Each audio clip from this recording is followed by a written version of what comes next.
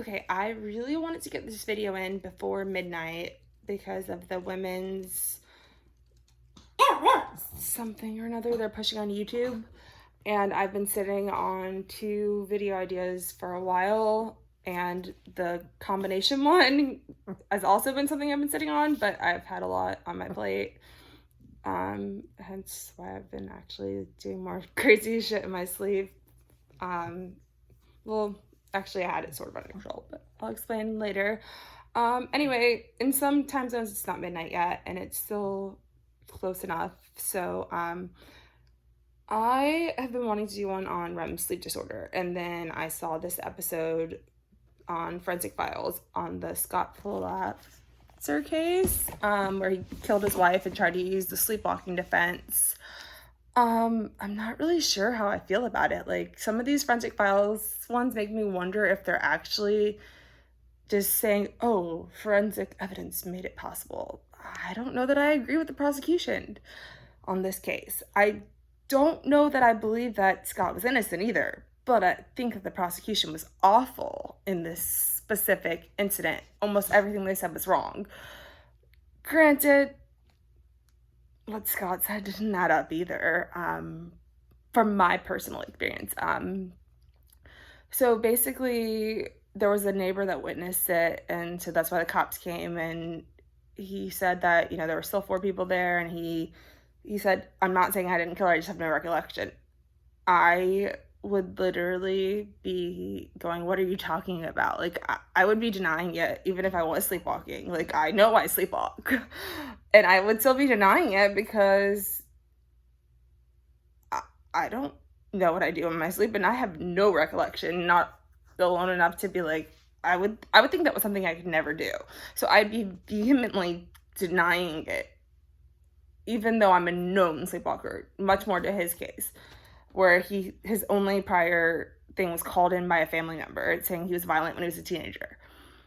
You would probably have more records of it, especially because he is, in his 40s, I'm in my 30s, and I've known I was a sleepwalker for since I was late teen, early 20s. God, Ambien's probably the craziest. I first attributed it to it and later learned that I did more. I had a lot of night terrors as a kid. I had a very horrible childhood that no one should go through. Some people have worse, but no one should have mine. And so, honestly, I wouldn't. My sleep patterns have always been very erratic. I've never been a good sleeper. I would, just stay up throughout the week and then pass out on the weekend. And then I'd do crazy shit in my sleep on the weekend, and no big deal. People knew I was a sleepwalker, and I moved out when I was 14 to stay with my grandma, who worked in a hospital, so that I would, I never, and then I went to college. I was never around, like, people constantly looking over me. He had a family life where someone would have known he was a sleepwalker long before, and then shouldn't you be feeling exhausted and wanting help?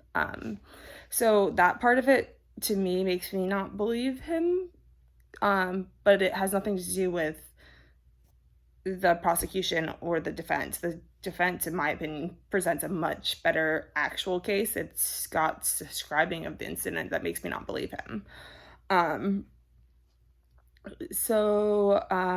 They said that he stabbed his wife when he was going to fix the pool that he started on beforehand.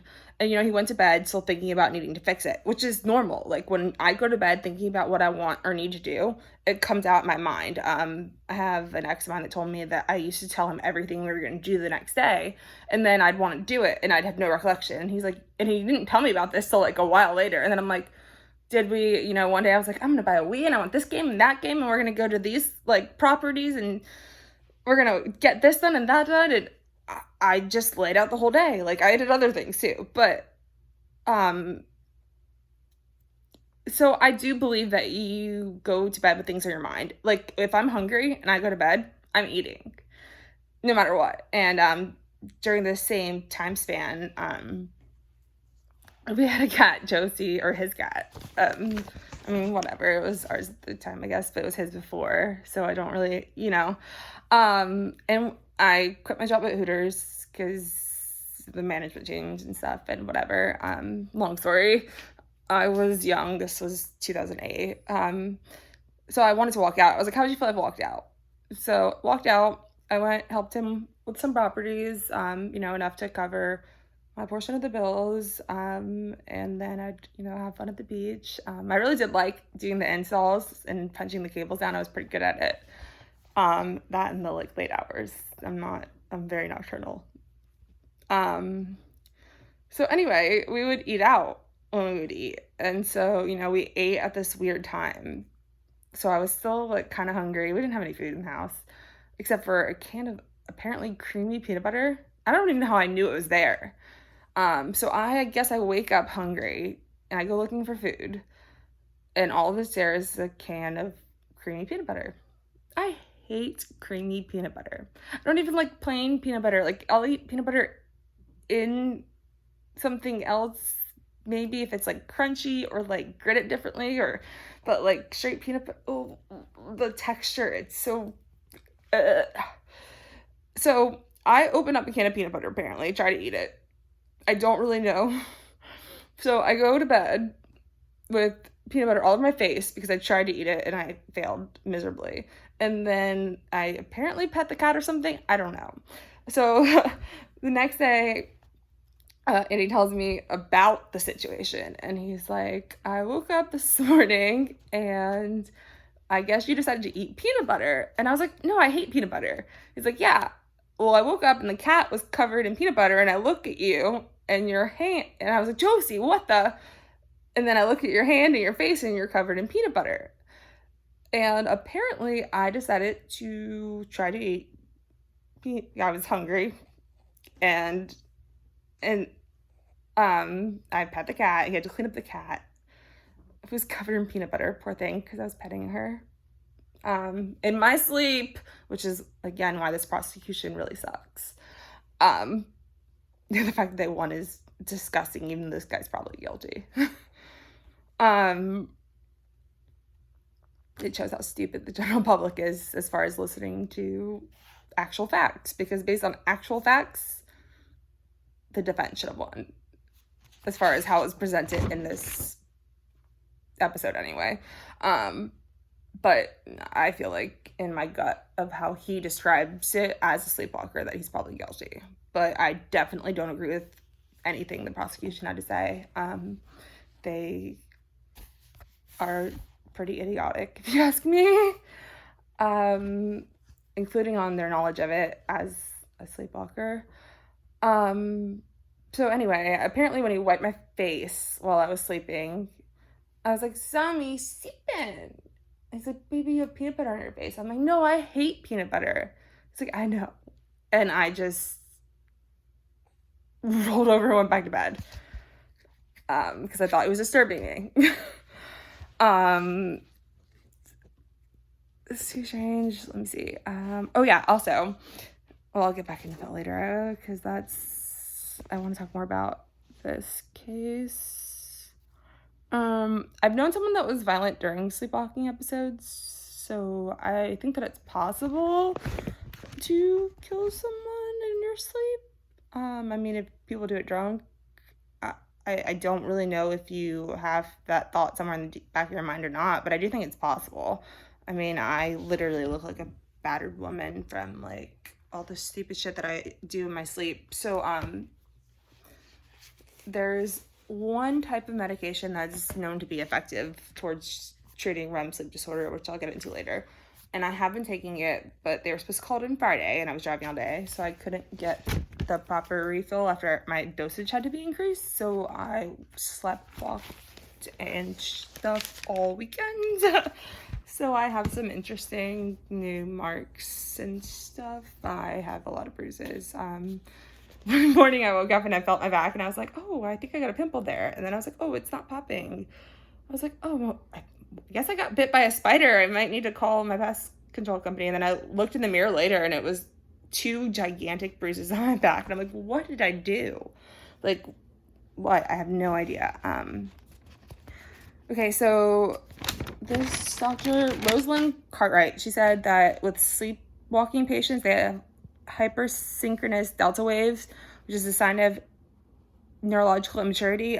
This is the only time I kind of agree with the defense, because they basically say that it's also prominent, and you can also see those waves in patients with sleep apnea.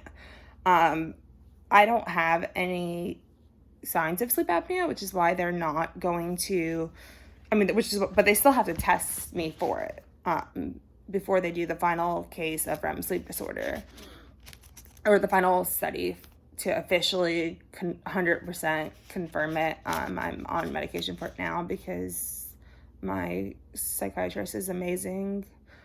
I'll get more into that in a minute. Let me finish this case, and then I'll delve into my more me with the REM sleep disorder. Okay, so the prosecution said that they had Dr. Mark Pressman redo it. He said he's not sure if sleepwalkers can distinguish day from night. The fact that he put on a jacket, grabbed a...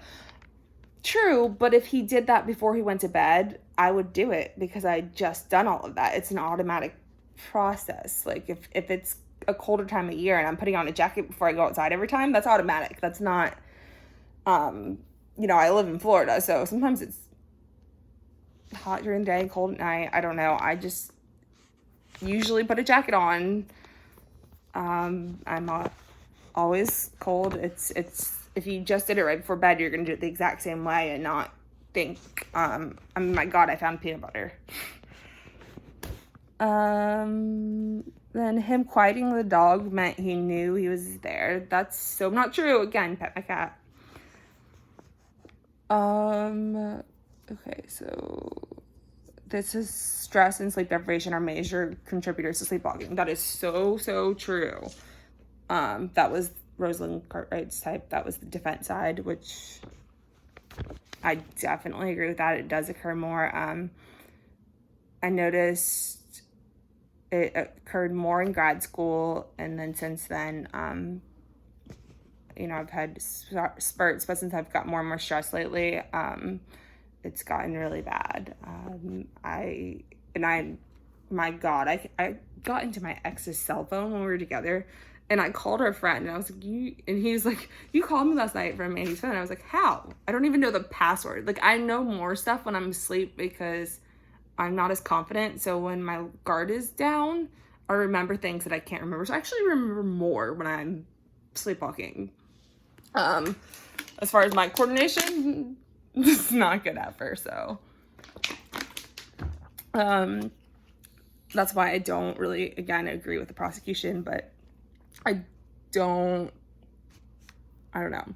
The fun fact I didn't know that it was a defense in certain cases. I didn't think that it was that different than being drunk, so I would have thought he was culpable just from sleepwalking. Like, the fact that he saw that one case got dismissed, and he's like, oh, I can use it as a defense. Like, why would you think that? Just because it happened to one person, it's not that different, I guess. I mean, apparently it is with the brainwaves and stuff. I didn't know that. So I've taken, responsibility and been like, oh yeah, I was just, played it off like I was drunk or whatever, because makes more sense than saying, oh, I was sleepwalking, I'm sorry, or sleep talking, or especially with facial recognition on your freaking phone. Ugh. And I used to be safe, like when they'd come out with new phones, I could, as I adjust to learning my phone, I wouldn't use it when I was asleep. Once I learned my phone, and since iPhones, gonna get an Android in a little while. When I finally pay this phone off, we'll see how long it takes me to start using my phone in my sleep again. But okay, so this is where I actually don't believe Scott I can't say it, Falater, whatever. He said he assumed he must have gone crazy or something in his head was broken. That's kind of inconsistent with how I'd explain sleepwalking, especially someone in their 40s who's experienced it since he was a teenager. I don't remember experiencing it as a teenager. I mean, I know about the night terrors and stuff, but I don't, whatever. If you're saying you've gone crazy or something was broken in your head, that means you did something wrong. That means you have some recollection, which means you were not asleep. I mean, I've had to take responsibility for a lot of stupid things I've done when asleep. So what I want to kind of shed more light into because of this, even though I do think he was guilty and the right results probably came from the wrong pathway. So REM sleep disorder, it's where, according to the Mayo Clinic, you physically act out your dreams. I had no idea what it was until recently. I've been exhausted for years. I thought it was just my anemia. I finally had my hysterectomy because my iron in my heart. So all of that was back to normal, except for my iron was high, and I was still exhausted all of the time. And so he's like, okay, I've tested everything. I've tested your thyroid. I've tested, the only thing left is a sleep specialist. And it took years to get to that point. And when I went there, they had it ruled down to sleep apnea, which I had no symptoms of, and REM sleep disorder. And apparently REM sleep disorders is a big deal. It's not something that you want to be diagnosed. It's not common. It's not a good thing. So the people that actually do have it and actually, do those things in their sleep, it's not something that they want, which I definitely don't want it. And I would never use it as an excuse for my behavior. Like, I don't know. I mean, if I killed somebody, yeah, that would probably, like, on accident, it wouldn't. But, like, I don't think that could happen. If I'm asleep, you're going to be able to stop me. I'm a freaking 110-pound female. And I'm just under 5'7". Like, you're not going to, like, I don't see how I could ever, that, and I don't know. I mean, so, anyway, so I go to the sleep specialist, and she says she has to order a sleep apnea test first. And she was explaining that I either had sleep apnea or REM sleep disorder, but she didn't think that I had, most of the characteristics of sleep apnea, but she still had to do it. She said my GP, he thought that I had sleep apnea, or not sleep apnea, but told me to fall asleep all the time. He thought that I had I can't think of it. Anyway, I'll think of it later. Where you're falling asleep all the time. And she's like, no, clearly you don't have that because you'd be dozing off, narcolepsy, all the time. And, you don't snore, you don't this, that, the other. So the only thing really left was REM. And I was like, well, what is that REM sleep disorder thing? What do you, and she's like, well, have you ever had, night terrors, this, that, the other? I was like, yeah. I was like, and I do crazy stuff in my sleep all the time. And she, like, really didn't want that to be true. And until I started researching it, I didn't understand why. And she's like, well, I still have to rule it out with the sleep apnea tests. And then you'd have to come back in-house after we see if we can get approved to diagnose the REM sleep disorder. Like, they don't want to diagnose it. It's not something that you want to have. I mean, you literally, like, you're not getting any sleep, basically. So REM sleep disorder, is the way she described it, was during that time of REM sleep when you're supposed to be dreaming, you're either, like, acting out your dreams, or they're very vivid, or night terrors, or you're, like, walking, talking, whatever. And I have been awoken a lot of times where I've just jerked. My body's as if I was falling or something, and I've just dismissed it, rolled over. When I was taking, what is the name of it? It was something made for anxiety. I'll have to go look. Give me 2 seconds. But the sleep med I was taking, trazodone. I was taking the highest dosage, and I would have the most vivid dreams on it. And I would wake up, remember it, try to go back to sleep and not remember it, and it would just continue. And sometimes when they're more realistic, I would have to trouble distinguishing what was real and what wasn't. And I was like, honestly, it made me feel like a crazy drunk person, even though I wasn't. I was like, am I like, what is wrong with me? So they also, yeah, so you're basically getting no sleep, you're tired. Mayo Clinic gives examples of REM sleep disorder as movements such as kicking, punching, arm flailing, if you're acting out like action or violent films, laughing, talking, emotional outcries, or even swearing or whatnot. And then it says you're able to recall the dream if you're awakened during the episode. That's so true, but it scares the crap out of me. And especially when I can't tell a difference. So I do my best to not, like, everyone's like, oh, you write down your, no. I mean, I had one incident where it would have been like the best horror movie ever. It was like Chucky combined with a bunch of other, it was literally like the best horror movie. If I could have written it down, I could have produced it, whatever, but I didn't want to. I don't want to remember my dreams. And they also said at Mayo Clinic that nerve pathways in the brain kind of prevent your muscles from moving that are active during normal REM sleep and resting, resulting in a temporary paralysis of your body. So in REM sleep disorder, you don't have that paralysis. So you're just not getting actual sleep during those incidents. And that's why you're always tired. You know, you're not actually getting sleep. The first time I noticed I wasn't getting actual sleep was with the first Fitbit, but I've known about my sleepwalking and stuff for well over a decade. It's progressively gotten worse. If I don't take the medication, the proper medication, I pretty much always do something in my sleep nowadays. If at the very least to jerk. So it is scary. Another thing I'll agree with the prosecution on is that sleep disorders are very commonly intertwined.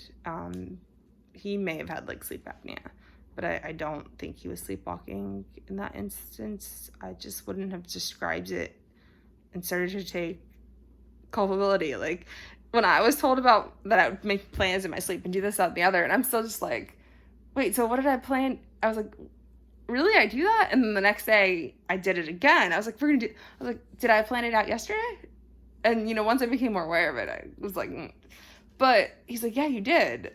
And he told me what I said. And I was just like, that's so crazy. Like, it's absurd. And most people that sleep talk, they garble their sleep talk. I speak coherently, actually more coherent probably than when I'm awake because I'm more confident, but I speak an actual coherent speech when I'm asleep, which is very, very rare.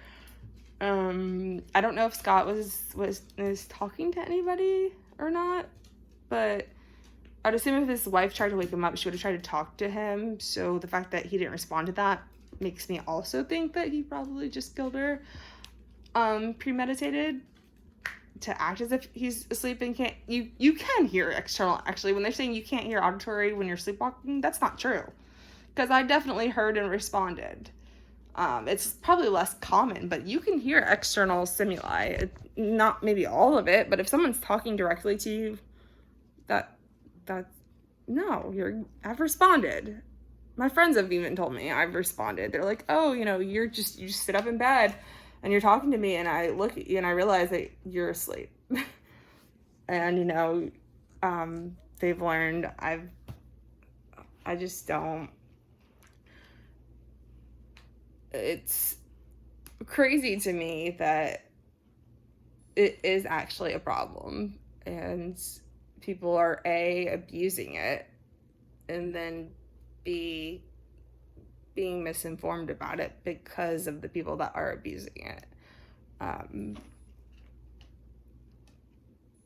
I don't really know if it should be used as a defense, because I don't really know the true depths of it. I mean, I do know I've done some crazy stuff. I want to get cameras for the night I do my sleep study, because I'm not allowed to take my medication.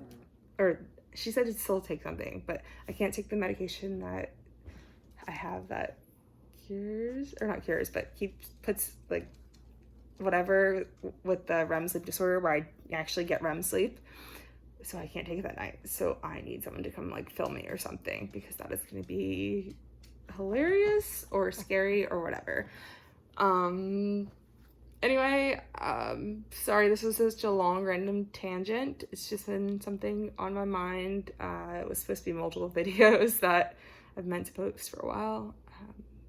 It's pretty important to me because I'm still figuring it out, and I have such a range of emotions because I feel like the prosecution there was absolutely terrible. I think the defense made all the proper points, but I do think that Scott going up on trial himself is probably what sealed it, because nothing he said made sense for someone that's actually sleepwalking. But it just goes to show you that the jury is not listening to either side, because the defense did their job in that case and the prosecution pretty much bold-faced lied, and they were terrible. Especially from the witness who said his eyes were like glazed over, so he may have actually been sleepwalking for part of it. I don't know, but I do know it doesn't sound like you. I mean, it sounds more premeditation was probably more probable, but beyond a reasonable doubt, no.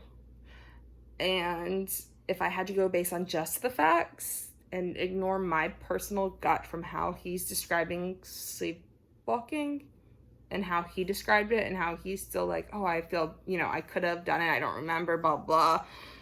That's not how I would describe any of my sleepwalking incidences. I sent an email to my college professor. Worst thing ever. Okay, so to say you can't do, stupid shit, like I'm driven, whatever.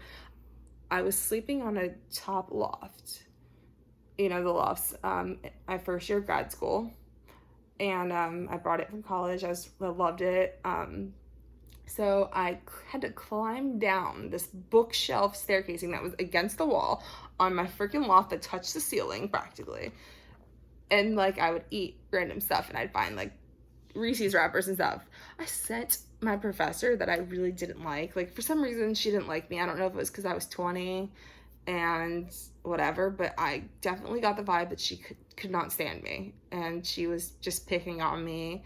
And so I sent her an email during REM sleep disorder that I had no recollection of. And I have to explain it the next day. I'd be like, I'm so sorry. I didn't even know how to describe it. I was like, I didn't remember it. I didn't know I had done it. And I was, there were some typo errors because I was asleep. But it was generally conveyed what I thought. And I told her what I thought about her, that, I thought that she was unfair as a teacher and that she was trying to penalize me because she was the youngest person there and she didn't really like the fact that I was younger than her, even though I was a grad student, and I just felt like she was kind of a bully. But I did all of that in my sleep. I turned on my computer, I typed everything up, mostly coherently, with a few typos. It was pretty coherent. She's like, I spelled her name wrong, I think. Freaking name was Scotland. How are you supposed to spell that right when you're not asleep, let alone when you're asleep typing? Anyway, so I did that in my sleep. I regret it, but I can't change what I did in my sleep. Do I wish I hadn't done it? Yeah, but I don't know how I could go back and stop it, even if I could. I was asleep. So that's where I think that the prosecution's case is totally flawed. But yeah, I definitely think there needs to be more studies into it because it's not understood, but it's also not common. Like I said, sleep talking, most people that sleep talk, they're not coherent. So to know someone that can have coherent conversations in their sleep is rare.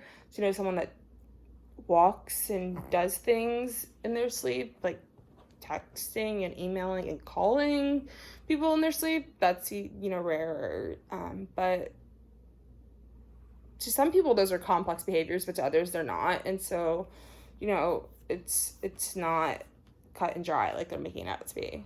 And definitely something I'm interested in studying more into. If you made it to the end of this video, you're freaking amazing. Have a wonderful night.